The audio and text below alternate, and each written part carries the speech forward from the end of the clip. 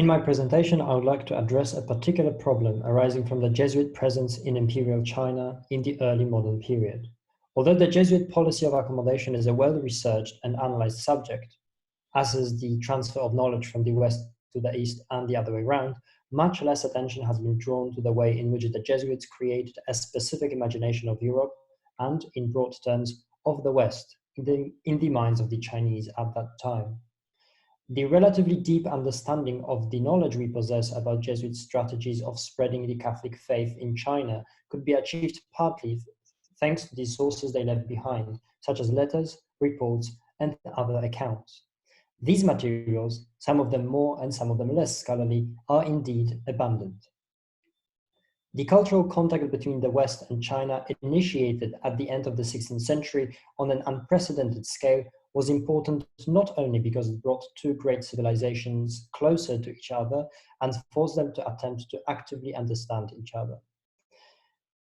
This contact made it was impossible to ignore its fruits and implications, and to effectively remove the other civilization from the picture, although some countries attempted to achieve it, with Japan closing its borders to foreigners in the 1630s. China, however, remained partly open to European influence throughout the early modern period. In my presentation, I would like to first focus on the way visual knowledge about China was transferred to or shaped in the West, and to show the ways the Jesuits effectively created some imagery of China in the West via the missionary work and the works they published in Europe, and second, to suggest how the same might have happened in China and how the Jesuit order effectively used a very conscious strategy of transferring European visual knowledge and visual culture to China, and that there was some specific strategy and policy behind this phenomenon. It was not before the end of the 18th century that the forlorn hopes to convert the Chinese emperor to Catholicism ultimately died out with the last Jesuit missionaries working at the imperial court.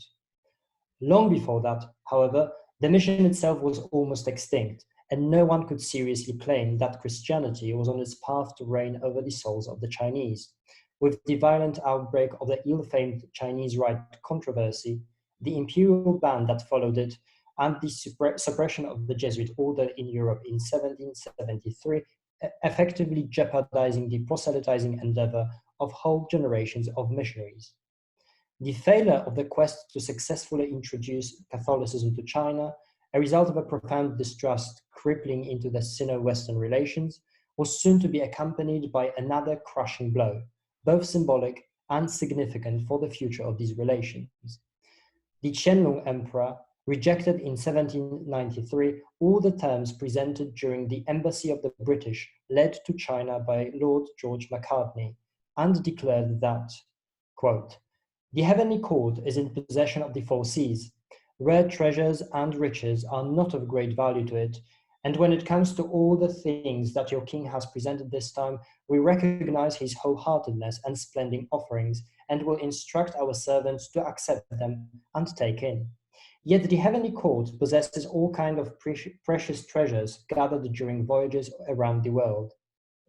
And since it has never valued unusual handicraft, it does not need to buy any more the goods produced by your country." End quote.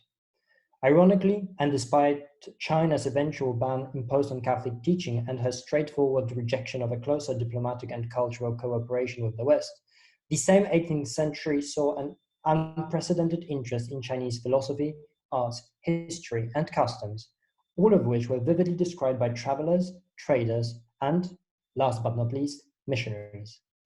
Although China was seemingly and declaratively not interested in commodities offered either as gifts or in trade by the Westerners at the end of the 18th century, Europe remained curious about her culture and developed a widespread vogue for Chineseness.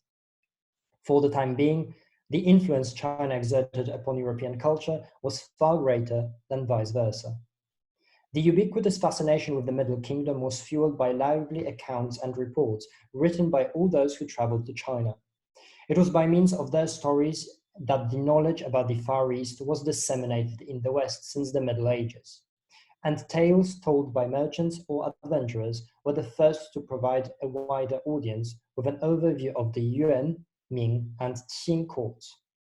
Once the printing press had revolutionized the way books were made, published, and circulated, written accounts of this kind had dominated the market of secular publications.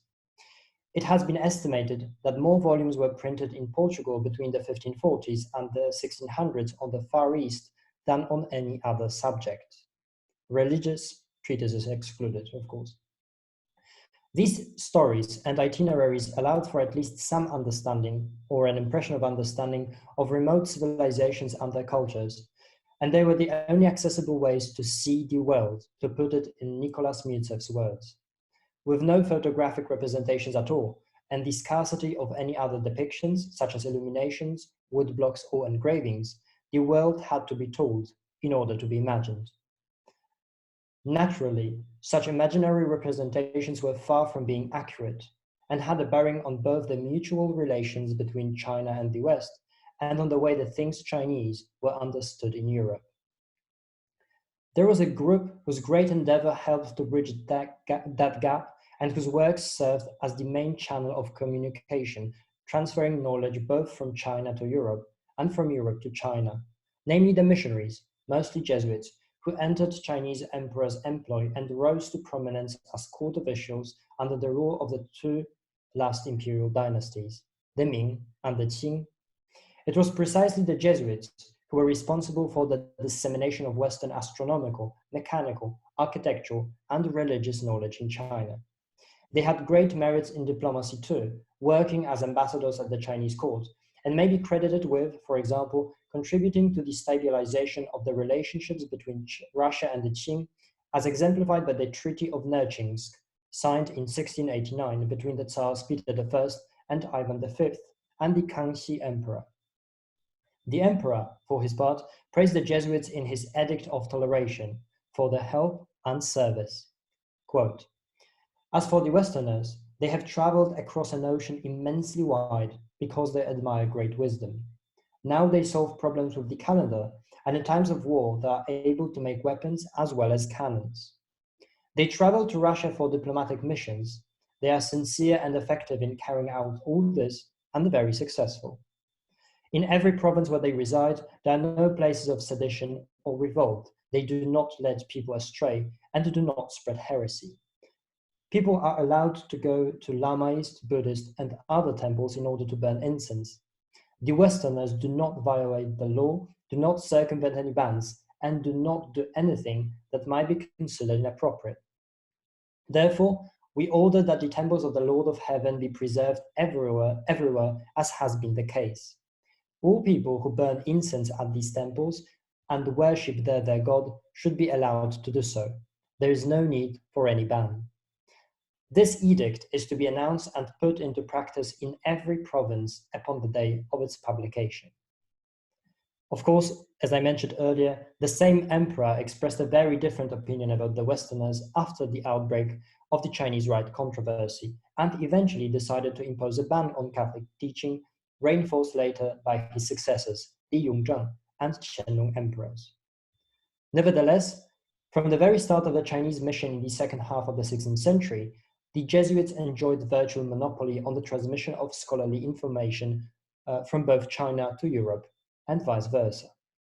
This is exemplified by a work whose significance and monumentality exceeded any others, and which heavily influenced the image of China shared by the Europeans in the 17th century, namely China Illustrata, the title may be roughly translated as China Illustrated, published in 1667 by Athanasius Kircher, a German Jesuit who established one of the largest collections of curiosities in 17th century Europe, stored and displayed in Collegio Romano. As a polymath, theologian, inventor, and lover of bizarreries, Kircher was fascinated by the cultures of the Middle and Far East and reveled in discovering links, real or fictional, between them, especially in the field of linguistics. He was in regular correspondence with his fellow members of the Society of Jesus, which enabled him to receive first-hand accounts on Chinese culture, history, and language. Although he never traveled to the East in person, he was a talented compiler and an able author, qualities which allowed him to create an exceptionally seminal treatise on China. In Illustrata, Kircher expressed gratitude to his informers, fellow members of the Jesuit order, and assured the reader, for example, that Martino Martini had left out, quote, nothing you might want to know about the marvelous works of nature or art, or the basis of their, that is, the Chinese morality or religion. It is by no means an accidental remark, since, as I said, Kircher himself never traveled to China. His authority, buttressed by this brilliant reference, the German Jesuit began the narrative. Illustrata springs from the early modern, although well entrenched in Christian philosophy, idea of curiositas, curiosity, lying at the root of numerous cabinets of curiosities and Wunderkammern. Chinese tableware was, of course, one of the commonest categories of objects exhibited in such collections, and Kircher was personally involved in establishing a museum of rarities in Collegio Romano. In the 17th century, in both the popular and scholarly flow of information, chinoiseries, the things Chinese, understood either as particular objects or Chinese motifs in art and literature, were considered a source of amusement, curiosity, and entertainment. This was well reflected in the full title of Kircher's compendium, its aim being to draw the reader's attention and to promise him or her a sort of intellectual journey into the heart of an unknown yet fascinating land. The title reads, China monumentis, qua sacris, qua profanis, nec non varis natura et artis spectaculis aliarum fererum memorabilium argumentis illustrata. Or, in English, China illustrated by means of her monuments, as sacred or idolatrous as they come, together with various wonders of nature and art, and proofs of other memorable things. The illustrative character of the work manifests not only in the tendency to present a general overview of China, but also in the wish to attach numerous engravings to the publication. Hence, the Middle Kingdom could be imagined and visualized by the reader. For a long time, as I mentioned, China was conceivable in the West only thanks to the luxuries sent to Europe for trade. This was no longer the case at the end of the 17th century, since the meticulous work of the members of the Society of Jesus gave her a shape and visual representation. Consequently, maps were one of the crucial additions to Kircher's Illustrata. The first appears already on the frontispiece and is a telling example of the Jesuits' intellectual ambitions.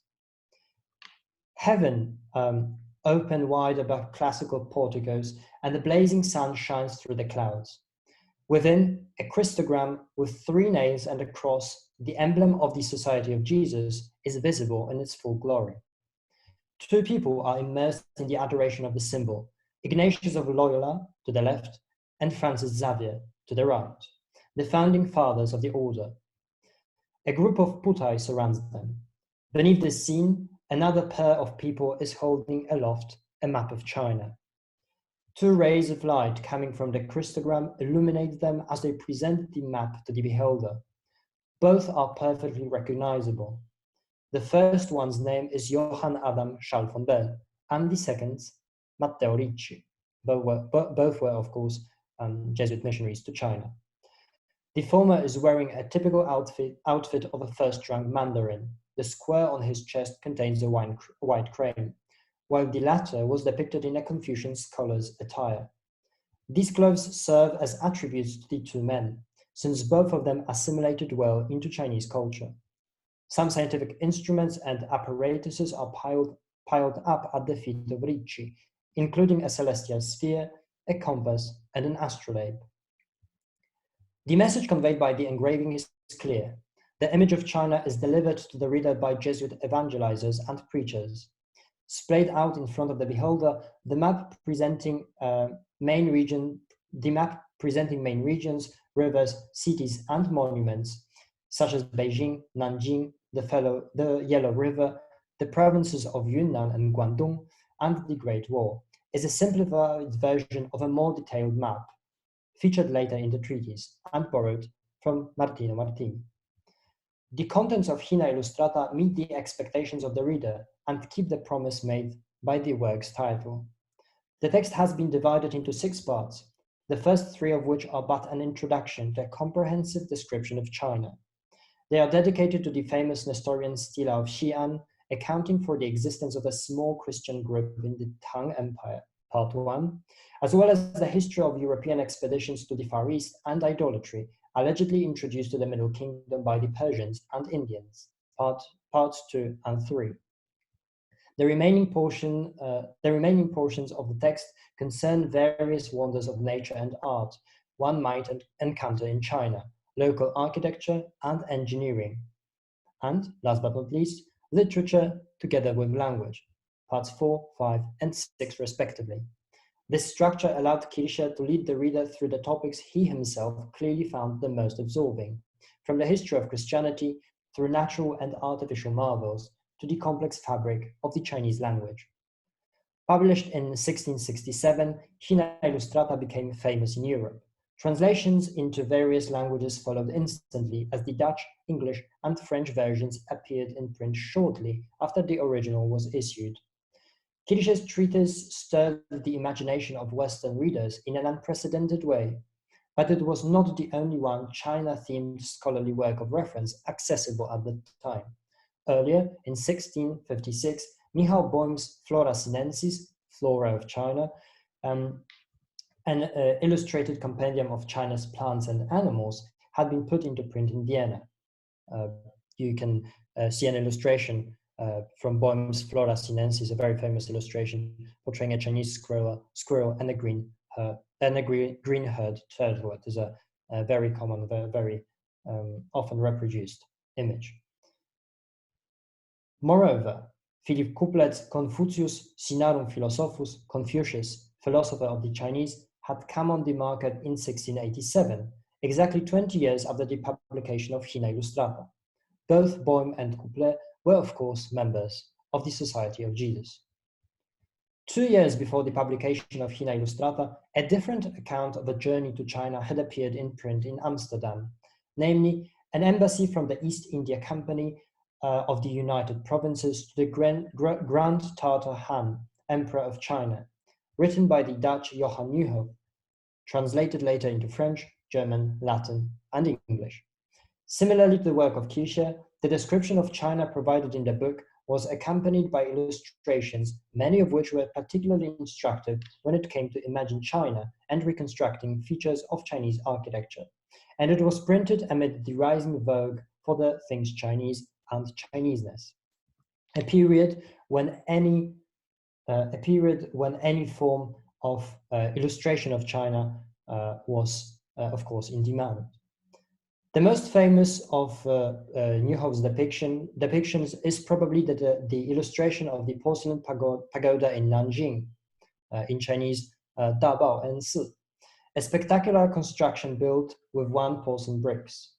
Nieuwhof's account enjoyed the popularity similar to that of Hina Illustrata, and although not a scholarly work, it marked a new stage in the transfer of knowledge between the Far East and Europe, slowly undermining the position of the Jesuit discourse and the monopoly which the Society of Jesus had on most of the institutionalized forms of transmitting visual information about China. Porcelain was mentioned by Kircher, yet Nieuwhof's embassy furnished a more captivating image, both metaphorically and literally, and certainly inspired the decision of Louis XIV to commission an extravagant porcelain-clad pavilion to his gardens in Versailles, called the Trianon de Porcelaine, completed in 1670 and designed by Louis Leveau as a part of the domain of Trianon. It was covered with white and blue faience brought from Delft, Saint-Cloud, and Nevers. These decorations, dans le goût chinois, did not, unfortunately, stand the test of time. They had to become constantly replaced, since the fixative that was meant to keep them on the wall would break, and the tiles tended to fall off. By 1687, the pavilion was replaced with a different picturesque palace. Chinese luxuries such as pottery, manufactured in China, had been accessible in Europe for almost 2 centuries when the Trianon de Porcelaine was built. Yet Nieuwhof's book had a decisive impact on Louis XIV, since it hinted at a new way of using porcelain and faience, and is therefore one of the most outstanding proofs of the transmission of knowledge from the Far East to the West. Mere descriptions and illustrations were attractive enough to inspire new approaches to already existing and familiar media and techniques. It is noteworthy that in 1721, the Austrian architect and theoretician of architecture, Johann Bernhard Fischer von Erlach, published his Entwurf einer historischen Architektur, Outline of a History of Architecture, a groundbreaking study of architecture in which buildings from various periods and cultures were juxtaposed in such a way as to stress their defining characteristics. Fischer von Erlach broke with well-established and even sanctified conventions of architecture pattern books, filled with cross-sections of classical column orders, and undertook an antiquarian task of approaching architecture in a historical and comparative perspective. He made use of Nieuwhof's depictions of Chinese architecture and reprinted them in his own treatise alongside representations of Turkish, Persian, and Japanese buildings, therefore introducing them to the global history of architecture as seen and conceived by the Europeans. Chinese architectural motifs could be disseminated in a number of ways, and not all of them involved studying theoretical treatises or detailed descriptions furnished by travelers or scholars. On the contrary, it has been demonstrated that the circulation of visual patterns happened on countless informal occasions, such as the exchange of correspondence. This is exactly the case of the Trèfle, a clover-shaped oriental house commissioned by Stanisław Leszczyński, King of Poland and Duke of Lorraine, to his Lunéville Gardens in 1738. Starting in the 1730s, a series of architectural projects were undertaken in Lunéville and other grounds belonging to the Duke in order to transform them into a kingly residence, with the architect Emmanuel Herré being a leading figure in the execution of those plans. Since then, the palaces of Leszczyński constructed or rebuilt in Lorraine in general, and in Lunéville in particular, came to be known as the Versailles Lorrain, or the Lorraine Versailles. And this very term, although slightly exaggerated, reflects perfectly the scale of the undertakings. Among all the follies commissioned by the King of Poland, the Trèfle was one of the 2 orientalizing structures, the other one being the kiosk, built in 1737, a melange of Turkish and Chinese motifs. These 2 buildings reflect well the situation of chinoiseries in the first half of the 18th century, which were far from uniform and often incorporated ornaments or themes from various cultures, especially Turkish ones, known in French as turquerie, and coming from any other civilizations.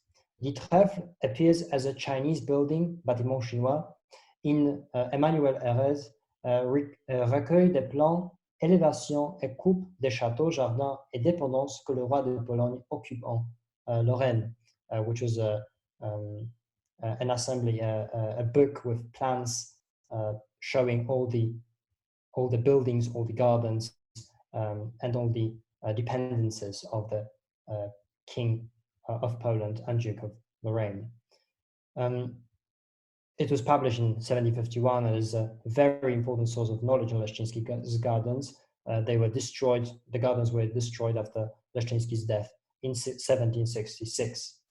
It is evident that these low one-storied pavilions with extravagantly pointed and fancifully shaped roofs were the principal associations when it came to imagining Far Eastern art, a tradition established already in the 17th century with the publication of Kircher's Illustrata and Nieuwhof's views of Chinese architecture, as well as with the reception of Ming and Qing porcelain, often depicting garden pavilions. However, Herré, in his Trèfle, did not attempt to simulate upturned roof edges, although these elements were certainly distinguishable in the visual resources available to the architect. The transmission of this particular pattern has been thoroughly studied by Patrick Connor in his Oriental Architecture in the West. The researcher has demonstrated how Herè's recueil was made accessible to Frederick the Great by Leszczyński himself, who ordered it sent to Prussia. It is beyond any doubt that the Chinese pavilion, Chinesisches Haus, commissioned to Sanssouci Park and designed by Johann Gottfried Bühring in the 1750s and 60s, was inspired by the Lunéville trèfle, regardless of its much more Baroque character. It is principally the wavy roof that was adapted, yet another piece of evidence for the propensity to employ Chinese-like rooftops. Connor, nevertheless, has observed an interesting phenomenon. After having made its way to Prussia, the Lunéville pattern was later disseminated among the family of Frederick II, namely his two sisters, Princesses Wilhelmine of Prussia and Louisa Ulrika of Prussia, Queen of Sweden, as well as his brother, Prince Henry Louis of Prussia. A series of projects executed in the years 1753 and 1774 followed in Bayreuth, Rheinsberg, and Drottningholm, respectively. The circulation of patterns illustrates the fact that it was not only formal and scholarly knowledge that influenced European ideas on Chinese art in the 18th century. Indeed, other channels of information, although usually private and unofficial, are of similar importance. I have analyzed three examples above, namely Athanasius Kircher's China Illustrata, an illustrated scholarly Jesuit treatise published with the purpose to summarize the knowledge, all the knowledge on China that the Europeans possessed in the 17th century, both textual and of course visual, and the Europeans that the Europeans could access at that time. Johann Neuhoff's Embassy to the Emperor of China, an illustrated popular itinerary that inspired the construction of the Trianon de Porcelaine in Versailles under Louis XIV, and plans as well as cross-sections of buildings commissioned by Stanisław Leszczyński to his gardens in Lorraine, executed by Emmanuel Herré, which were the inspiration for similar projects undertaken at other European courts in the 18th century. These three examples represent, I believe, slightly different tendencies and phenomena, and may be considered case studies of how visual knowledge could be transmitted and disseminated in the early modern period. This short list of possible ways of disseminating visual knowledge is by no means exhaustive, of course. Certainly, there were other channels of transmissions too. The missionaries, exemplified here by Kircher's compendium, were, for instance, not the only channel through which visual knowledge about China could reach Europe. Travelers' accounts were yet another way, a much older one, as the medieval narratives of Giovanni d'Appian del Carpina, Benedict of Poland, and Marco Polo demonstrate. While these early descriptions were singular and did not manifest any particular scientific or proto-scientific ambitions, Kircher's compilation was a purely scholarly undertaking, although very different from the later enlightened works of reference. Nevertheless, the trade exchange between China and the West only intensified in the early modern period, and the stories told by merchants were certainly a part of common knowledge, especially when they were sufficiently detailed in a way similar to Neuhoff's Embassy. There was also a third channel of knowledge transmission, a much less obvious one, and easily overlooked in the process of reconstructing the history of European thought on Chinese culture, in particular Chinese visual culture in general, the objects themselves.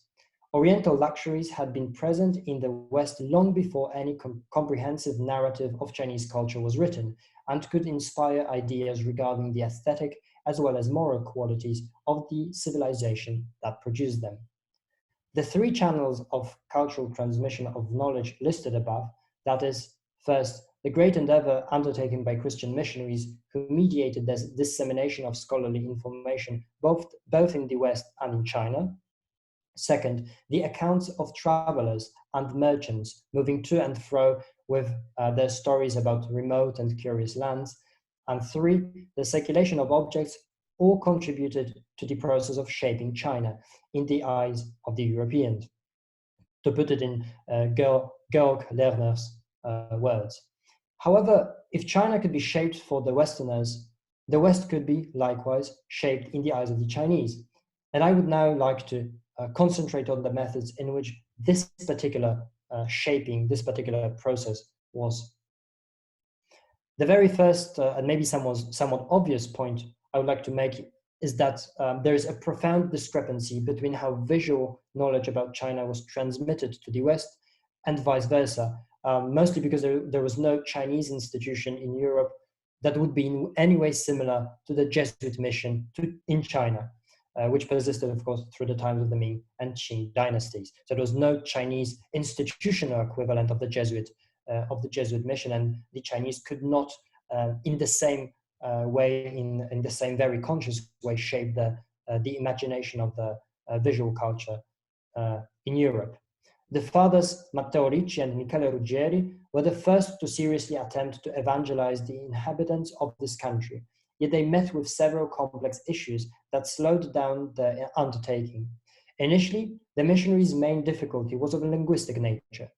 It would have been worthless to search for any European versed in classical Chinese at that time, as there appeared to be virtually no such person, and mastering even the spoken variant of the language required years of assiduous studies. On several occasions, Ruggieri, for example, complained in his European correspondence about the complexity of Chinese.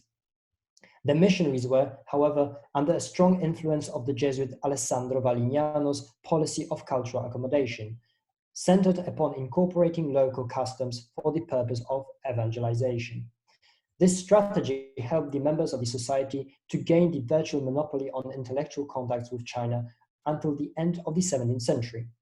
The change of the dynasty in 1644, when the Ming rulers were replaced by the Qing dynasty, did not undermine their position initially. The beginning of the 18th century was, nevertheless, a period of significant tensions between Christian Europe and China, and it eventually saw a spectacular collapse of the mission to the Qing undertaken by the Jesuits. In 1721, the Kangxi Emperor issued an official ban of the Catholic evangelization and catechization, thus forbidding any form of Western proselytism in his empire. The great endeavor to bridge the gap between the two civilizations, based upon the idea of a mutual understanding in the fields such as philosophy, religion, science, and the arts, was squandered over a time span of a few decades, the reason being a theological dispute provoked by various congregations competing over the extent to which they could exert their influence in the Far East, the Jesuits, the Franciscans, and the Dominicans.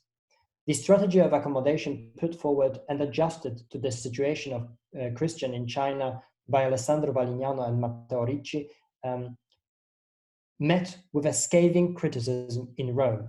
The main point of contention was, unsurprisingly, the Jesuits and their converts' participation in the ancestor worship practices and the imperial cult, both of which were considered idolatrous by some clergymen in Europe.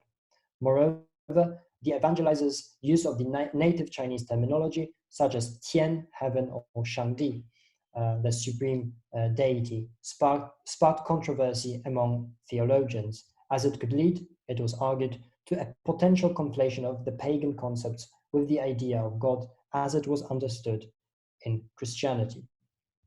However, the accommodation policy, I would argue, was not limited to the problem of translation or self-fashioning, that is, adopting Chinese lifestyle and dress code, as it is often presented in the scholarship.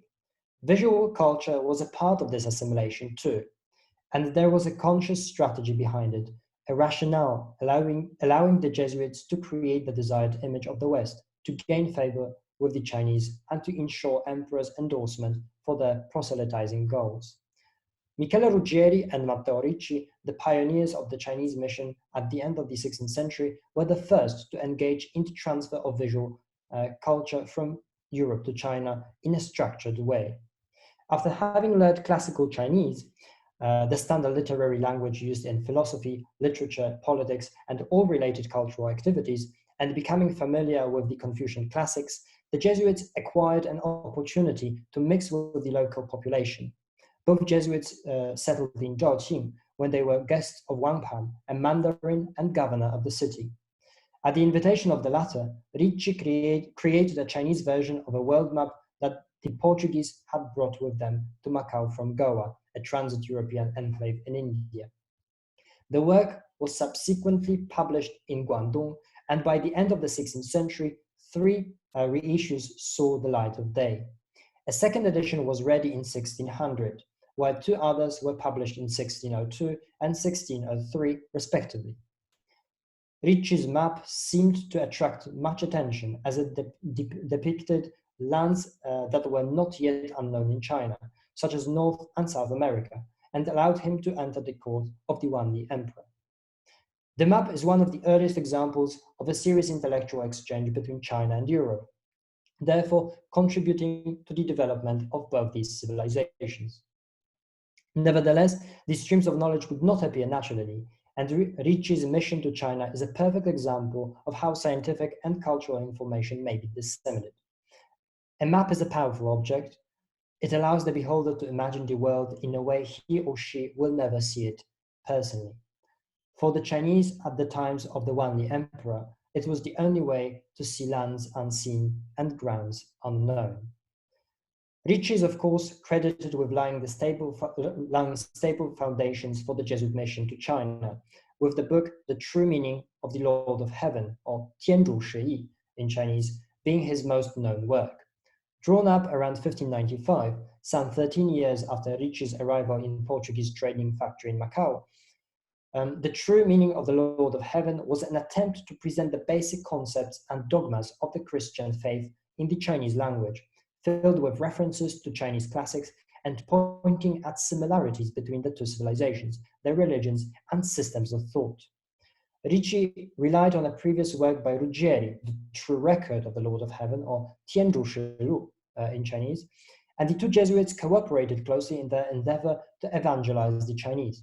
They managed to compile a Portuguese-Chinese dictionary with additional translations into the Italian language provided by Ricci. Here is one of the pages from this dictionary prepared by Ruggieri and Ricci together.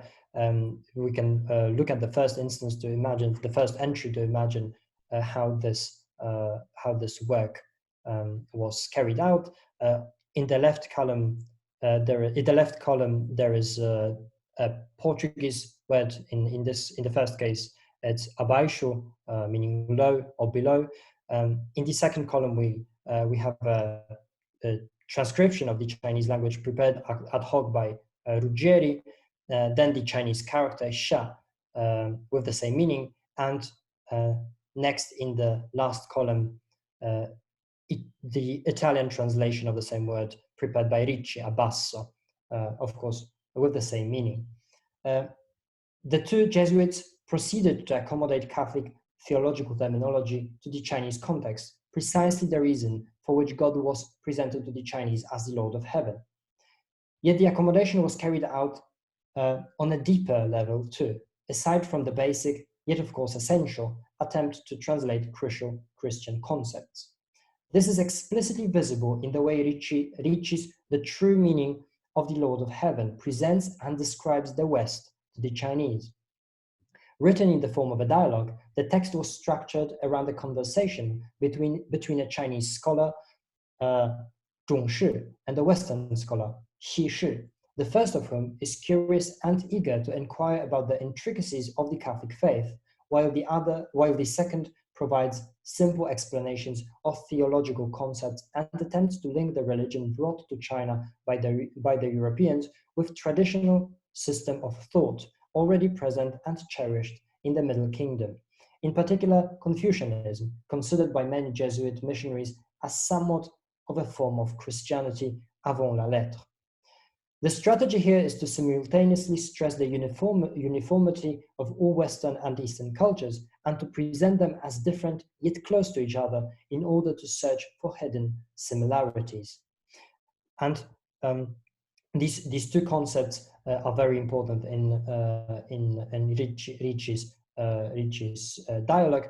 So the first idea is that there is this general sense of uniformity, that Europe as a civilization is a uniformed entity, and that there are of course differences between the West and the East, which can be then mediated by their resemblances, especially in the traditional systems of thought or religion. And on the slide is an example of how this is achieved by Ricci. It's a quotation, one of the first lines of the dialogue. A Chinese scholar says, "I have heard that your faith and teachings are profound, yet their goals mysterious, and they therefore cannot be expressed in a few simple words. Your country, however, worships only the Lord of heaven and asserts that he was the creator of heaven, earth, people, and things, and that he is the one to rule and foster them. I have not quite heard anything like this in my ignorant life, and none of the wise had ever talked about it. I trust you could inform me."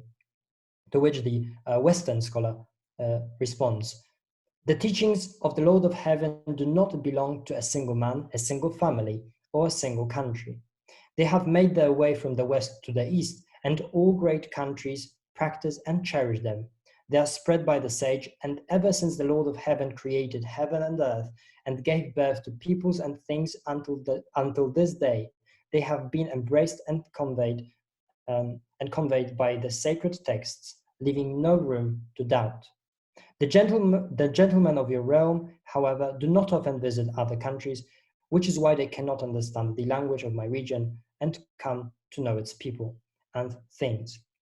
And I would like to draw your closer attention to how Ricci kind of achieves this image of uniformity of the West and Western civilization.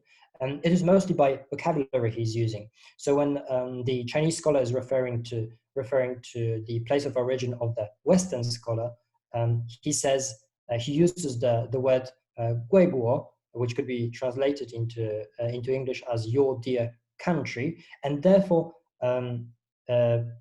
there are no singular and plural forms here in classical Chinese, and especially in this example. And it is quite clear that the Chinese scholar is treating Europe as one country, as referring to one region as the place of origin of the Western scholar. And equally, the Western scholar, in a very similar way, uses the expression "guibang," which could be translated as "your dear realm," to refer to China. So on the one side, we have West treated as one entity, and on the other, we have China. It happens, of course, with other expressions in a very similar way. The Western scholar uses the expression "taguo," which means other countries, and they can be considered plural here. So we have other countries also in the picture. However, for the purpose of the dialogue, Ricci wanted to show a conversation between effectively the West and China. And then the Western scholar uses expressions such as Wu Yu, the language or the languages of my region. Again, the perception here is rather that there is one main language of the region the scholar is talking about. Mostly, he's referring probably to Latin, and that the qi ren wu, or its, that is the region's people or peoples and things. This can be pluralized or not. Yet again, the Western scholar tries to create this perception, this imagination that his region is a uniform entity as opposed to China as a whole. And of course, particular differences between European countries and cultures are much less important here than the differences and similarities, of course, between civilizations. And it was a very, I would argue, conscious strategy to portray Europe as a uniform entity. This is achieved mostly in order to then reinforce the opposition between the West and the East, and to strengthen to underline the similarities between the two civilizations, and the West and the East perceived as cultural spheres as rather cultural spheres than singular countries. The East is here, of course, identified with China, and the West appears uniform, but they are treated as equivalents.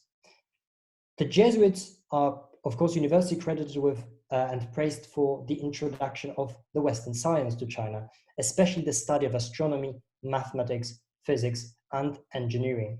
This was likewise a conscious strategy employed by the missionaries, starting unsurprisingly with Ricci, who wanted to present himself as a Western literati, or Wenren, a man of culture and erudition, in order to captivate the hearts of the Chinese and incite their interest in European cultural achievements.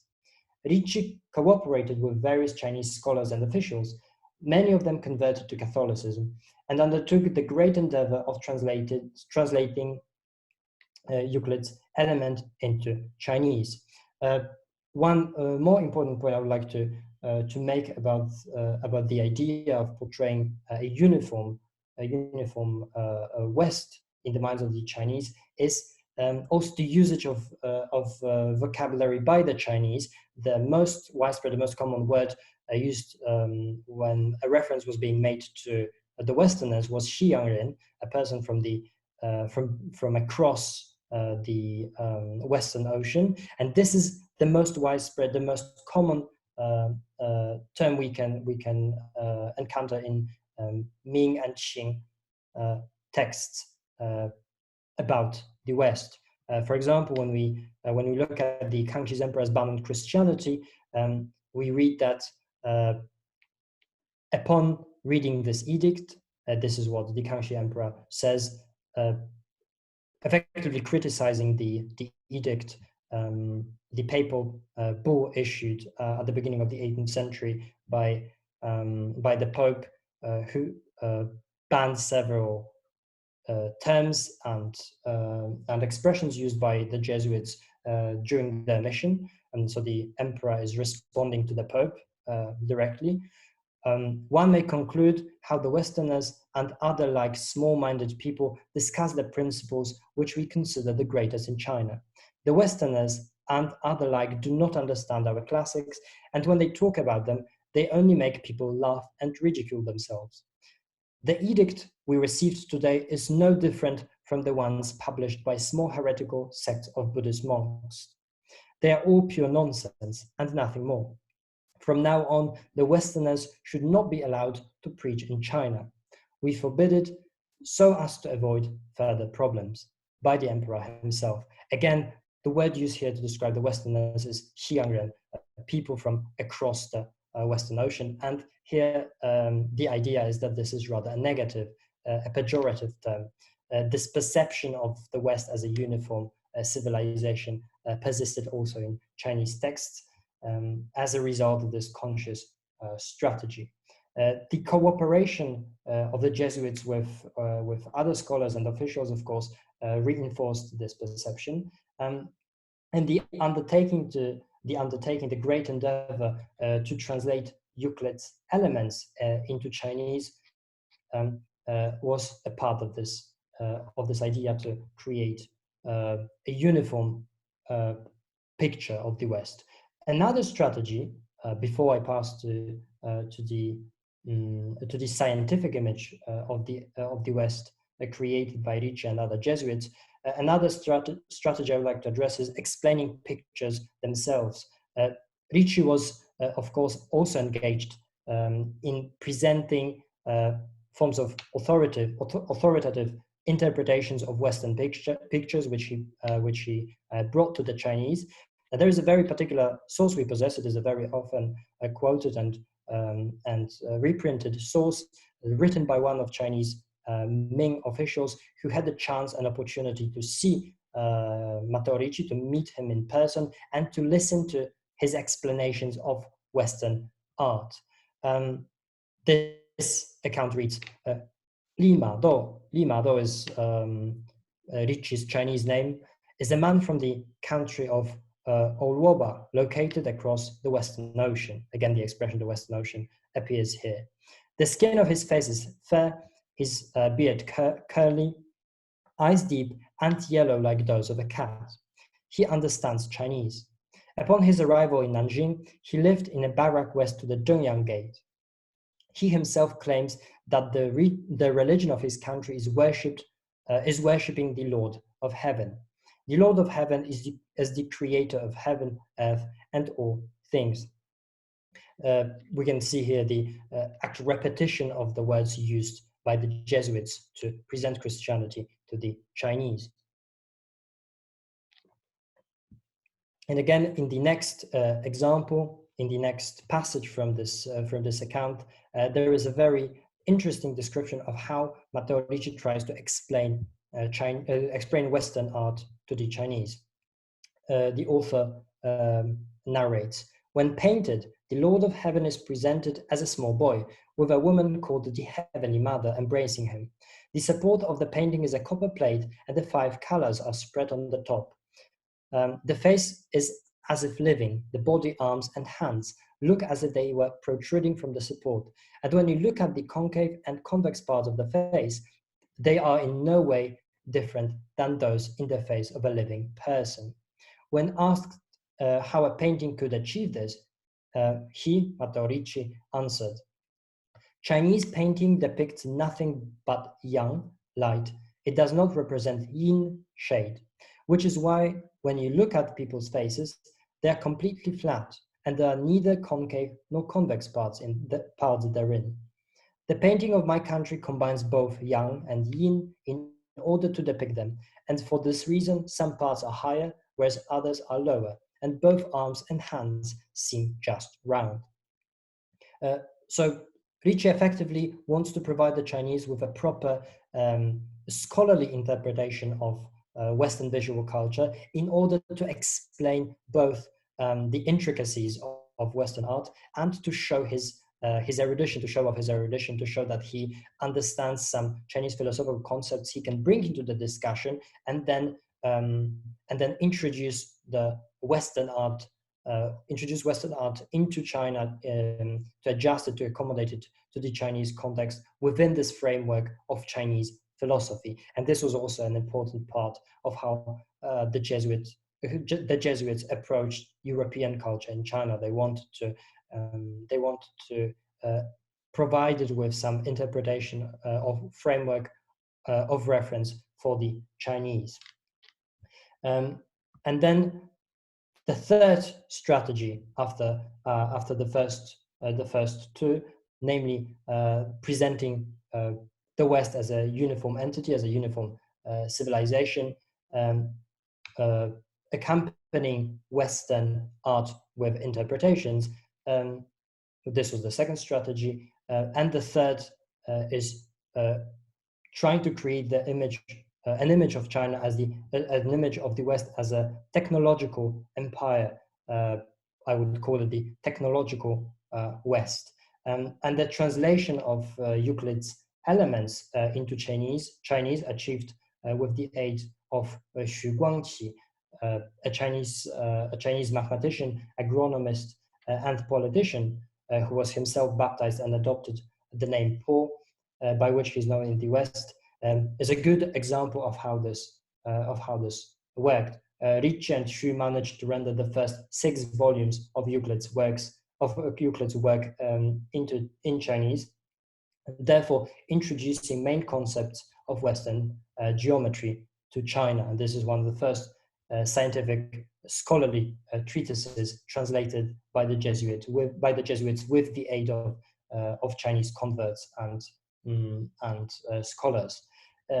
After that, there was, of course, much more interest in Western culture on the part of the Chinese, especially when it came to various branches of course, European science, astronomy and engineering, chief among them. In 1627, for instance, an illustrated encyclopedia of Western wonderful mechanical inventions was published in China, translated into Chinese by the European Johann Schreck, and his Chinese colleague Wang Zheng. printed under the title Diagrams and Explanations of the Wonderful Machines of the Far West, it certainly fueled the interest in European science and helped to propagate Western technical thought across China. Here I would like to draw your attention to a very specific publication policy, very specific publication strategy that was used by the Jesuits and the converts in China. And the very terms they used in the title were of course aimed at piquing the interest, piquing curiosity on the part of the Chinese, and the expressions they used, such as wonderful machines, or qi in Chinese, or the Far West, again, trying to portray the West as a uniform entity, as a uniform civilization, of course, helped to achieve this goal. And thus, the curiosity was incited in the hearts of the Chinese. And this was, again, a very conscious strategy. Therefore, the Jesuits wanted to reinforce the culture of curiosity present in the 16th and 17th century in the Ming China. It was described as such by Craig Clunas, and this was a part of the Jesuits' accommodation policy, with the other two I mentioned.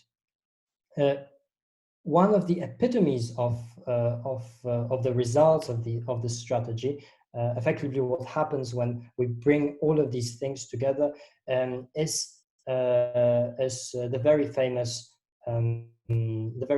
garden commissioned by the Qianlu Emperor in the 18th century in Beijing. This garden contained some specific European contraptions, some specific European installations that were constructed for the emperor by Jesuit missionaries.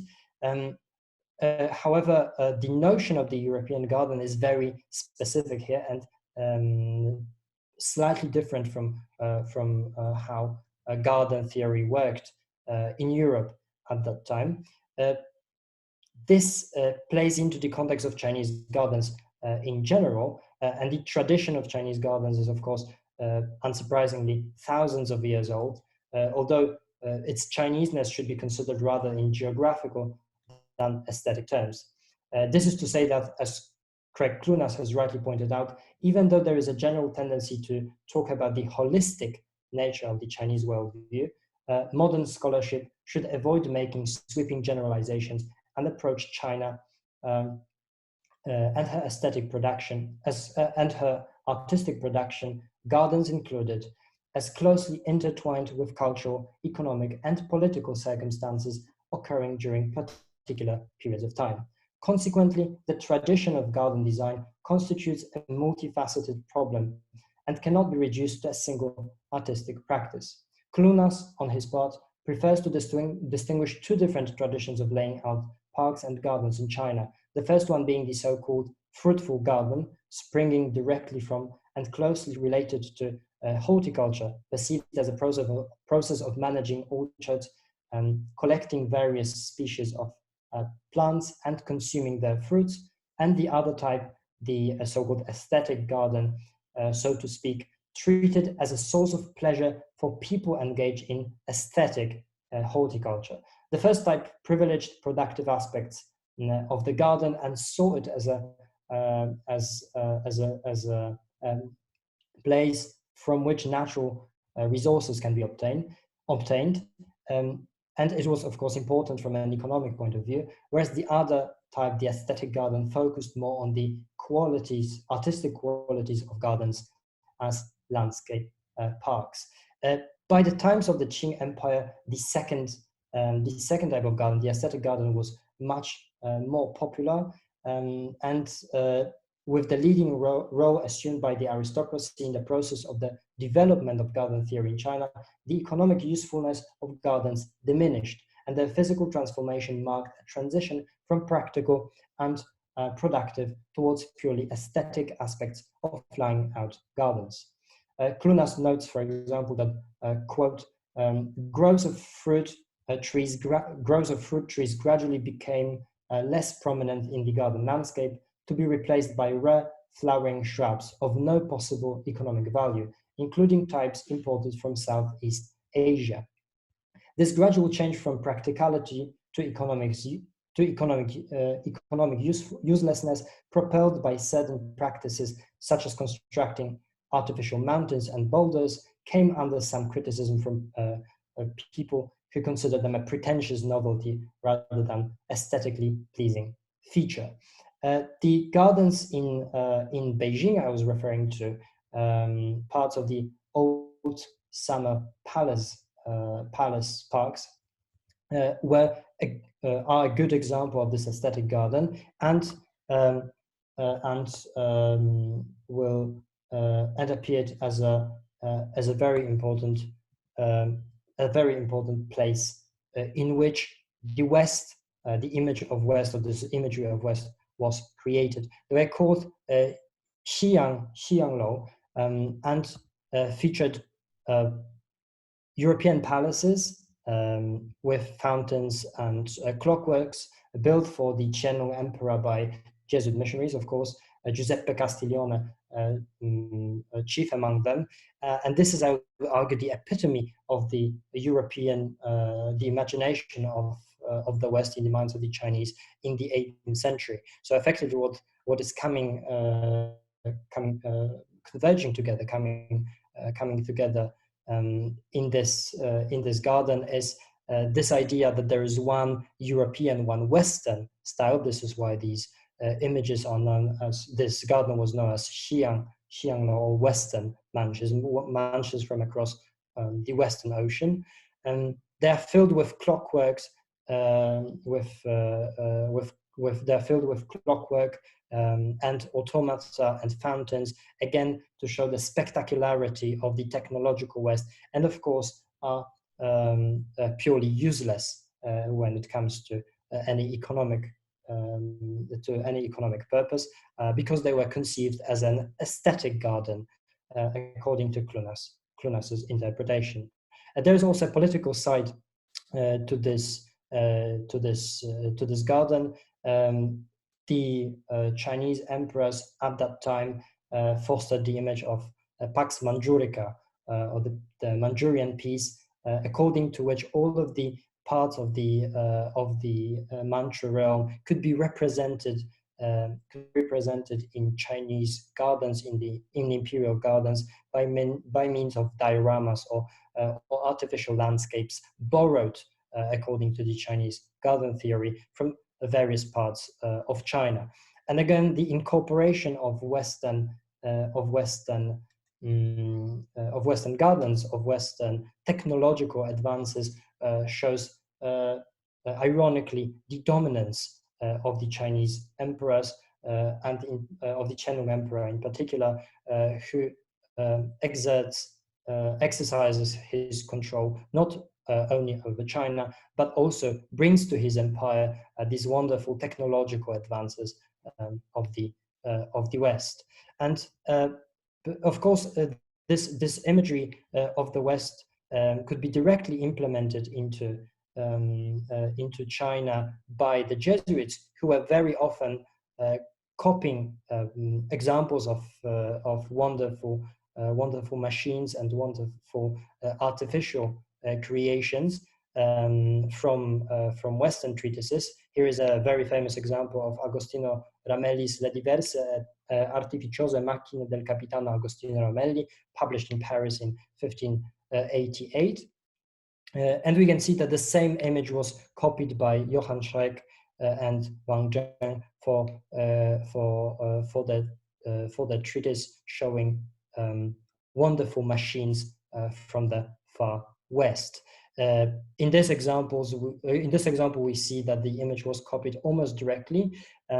The earth directly below the mechanical world that is represented in the first picture was, however, replaced by some fanciful Chinese clouds that are very common, very characteristic of Chinese painting, maybe because of some sort of misunderstanding as to what was the purpose, what was the function of this partly transparent and opening ground of the first picture, or maybe because the converts, the Chinese workshop who was preparing this this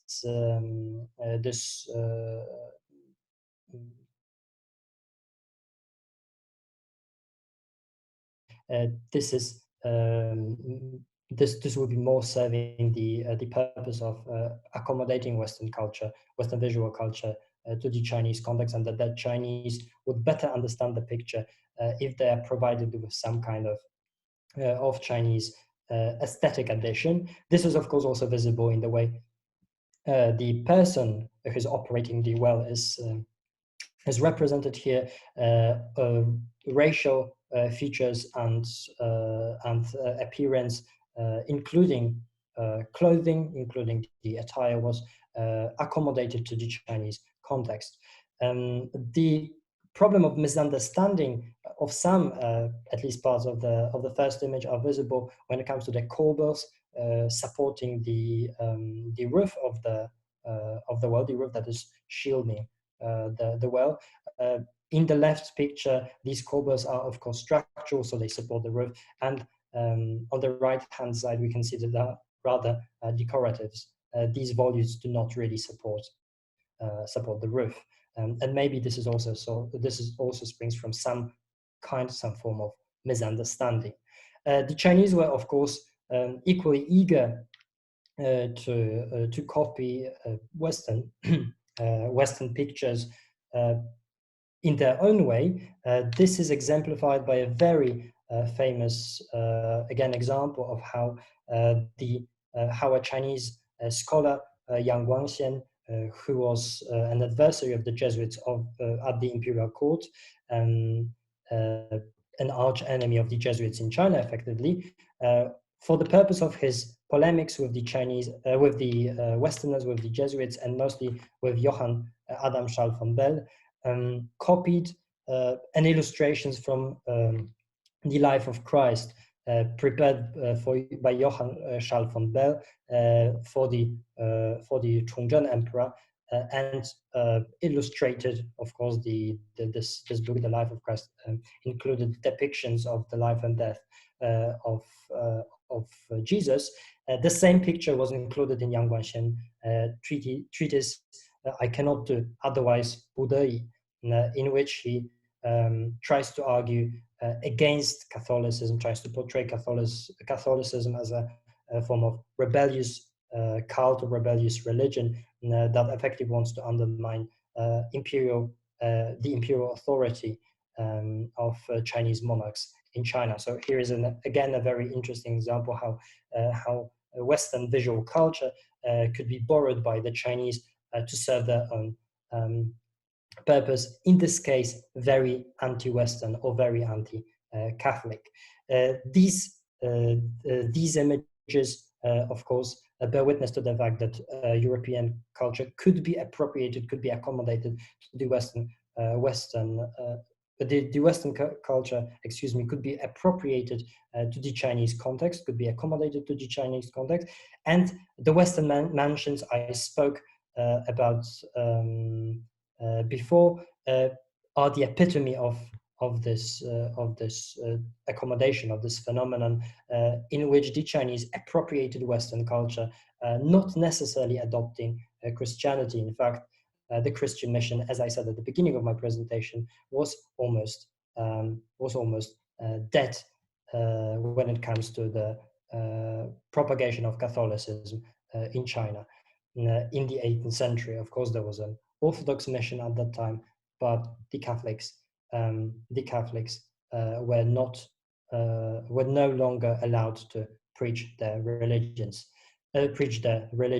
And in this context, these Western mansions show rather Chinese interest in some cultural idea of the West rather than the religion that the Jesuits were interested in propagating and spreading in China.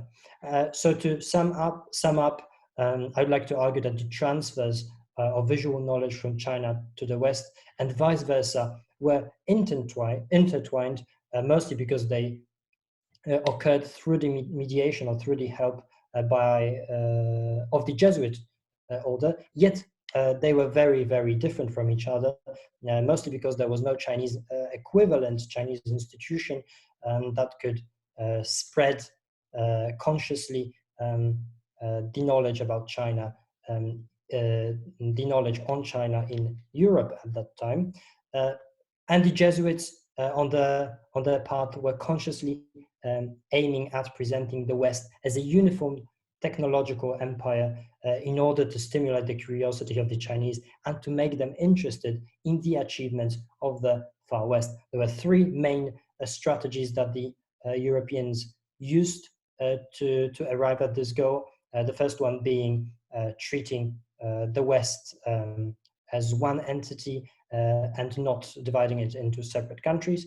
The other being accompanying Western art and Western visual cultures with illustrations or explanations, as Matteo Ricci did when he was interpreting Western art and Western culture for the Chinese. And the third one being presenting or creating the image of the West as a technological empire. These three strategies were then adopted by the Chinese and serve as a stereotype of the West, as exemplified, for example, by the Western mansions commissioned in the 18th century by the Chinese emperors. If you have any questions, I would like to share them with me. I would like to inquire about the accommodation of Western visual culture in China or to the Chinese context in the early modern period. You can write to me under this email, and I would be very happy to answer you or to engage in some form of debate. Thank you very much.